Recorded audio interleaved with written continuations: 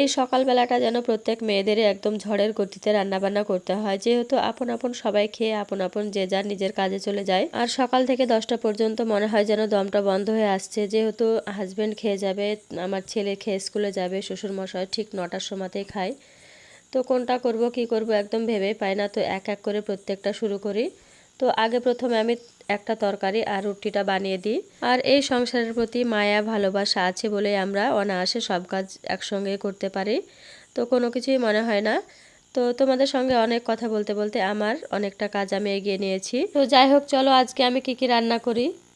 তো প্রথমে আমি চাল কুমড়োটাকে কেটে নিয়েছি, তারপরে আমি মাছগুলো ভেজে এবার আমি পটলটা ভাজতে দিয়ে দিয়েছি।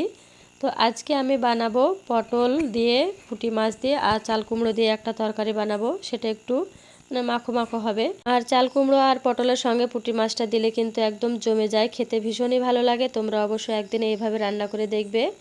তো এদিকে দেখো আমার তরকারিটা কষানো হয়ে গিয়েছে, তো তরকারিটা আমি নামিয়ে নিয়েছি। এবার আমি আরেকটা তরকারি বসিয়ে দিয়েছি। তো এখানে দেখো আমি আজকে বানাচ্ছি ঢ্যাঁড়স ভাজা। আর আমার এই ভিডিওটি তোমাদের ভালো লেগে থাকলে অবশ্যই like, comment, share and subscribe করতে ভুলবে না। তো এই দেখো আমার ঢ্যাঁড়স ভাজা হয়ে গিয়েছে, এবার আমি মাংসটাও বসিয়ে দিয়েছি। তো মাংসটা আমার প্রায় কষানো হয়ে গিয়েছে। আজ তবে বিদায় নিচ্ছি, দেখা হবে নেক্সট ভিডিওতে। সবাই ভালো থেকো।